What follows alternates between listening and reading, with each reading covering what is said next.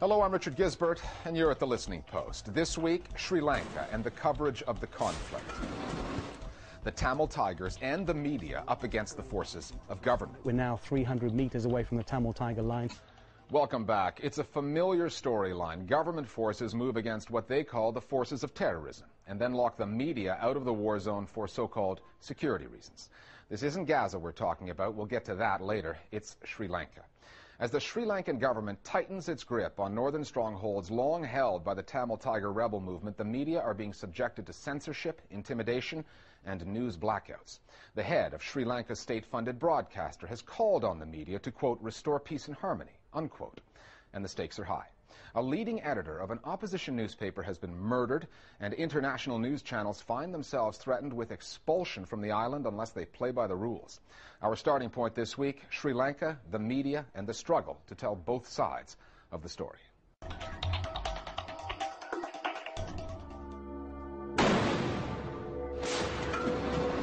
මෙතර මුලතිව් පාලමන්තලම් මුහුදු ප්‍රදේශයේ යාත්‍රා කරමින් තිබූ LTT බෝටු දෙකකට නාවික හමුදාව Sri Lanka has been in an on and off state of civil war since 1983. However, the story is more difficult to cover now than ever. We're now 300 meters away from the Tamil Tiger lines. I started covering Sri Lankan war in 1992.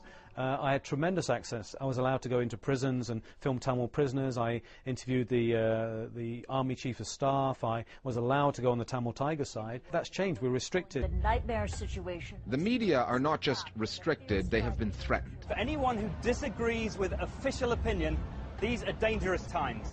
International news networks, including AlJazeera, BBC, and CNN, have all been put on notice by the Sri Lankan government.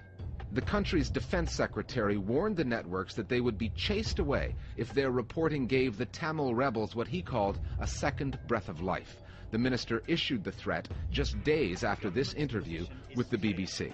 Does that mean you think that dissent or criticism during a time of war is treason? Yes, because I have only two groups, that is the people who wants to fight terrorism and the terrorists. Two groups. Either you are a terrorist or you are a person who's fighting the terrorists. As George Bush said, you're either with us or against us. Exactly. This is how another government minister explained the policy. I think the BBC suggested to the Secretary of Defense that he was like George Bush. Now, I may not want to be compared to George Bush, but the fact that America was attacked by terrorists and had to defend itself must be understood. And you have to take special measures for these things. The conflict in Sri Lanka. Those measures include making it more difficult for the international media to get accredited to report from Sri Lanka. The country is still in a state of war. Those that do are banned by the Sri Lankan government from traveling into the north where most of the fighting is, unless they're embedded with government troops.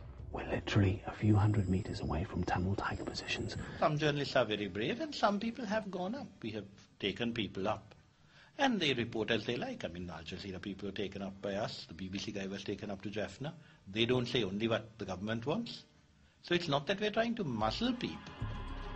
And the government is using censorship. BBC World Service Radio, which is broadcast through Sri Lankan FM stations, has had its programs interfered with in an almost comical way. Some parts of the program where we are reporting on the Sri Lankan war, mostly, they normally lower our audio and they would play some music or something else on that. On one occasion, they also played the cricket commentary between Sri Lanka and India. As a result, the BBC's World Service suspended its FM broadcasts. It can still be heard in Sri Lanka, but only via shortwave. The international media have been harassed. The Sri Lankan media have it much worse.